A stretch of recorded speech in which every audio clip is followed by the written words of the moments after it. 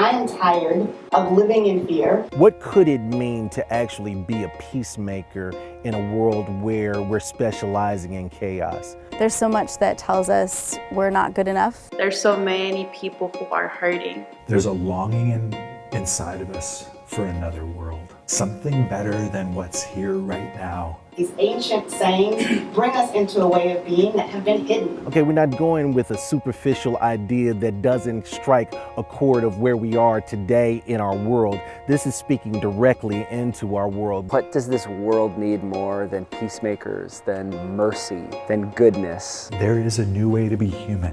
The Beatitudes invite us into that possibility. These are sayings that speak to those who are on the outskirts, and recognizing that this is for everyone, that all are welcome.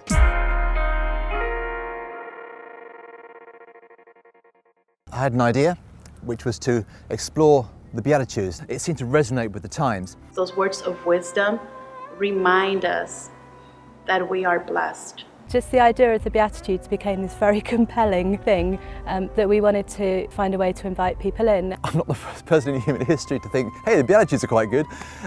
But this seemed to come with a kind of a ready-made idea, which was that music was really important in this.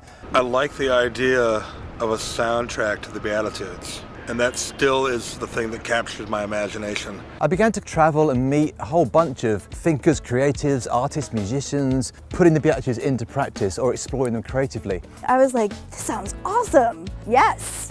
And I'll learn more about it later.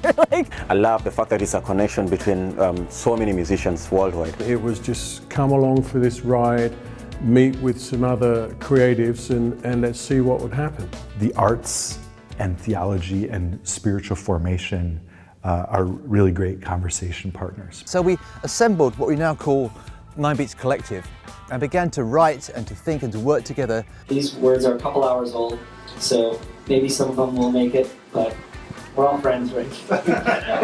You have a collection of songwriters, artists, musicians that aren't trying to set the Beatitudes to music, but rather try to find the essence of what it is.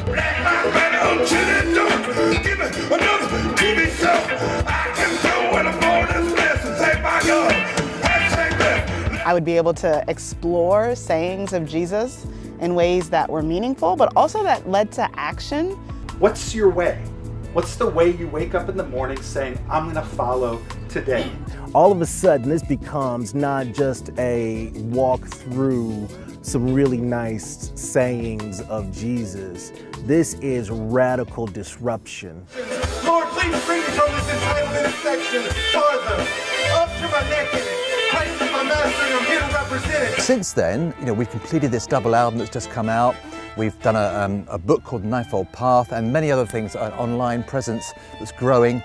And the world's changed, so it's come towards the project, and it just seems that there's even more resonance. This voice that we're trying to make heard is important these days. I think we need a shift in the way we look at what we value. I've come so that they may have life to the full. What does this mean for us today, and how do we invite people on this journey? I really do think this has got a lot more to come yet. And if you get a glimmer of something that could actually give hope and actually transform the human heart and communities and the world, that's powerful.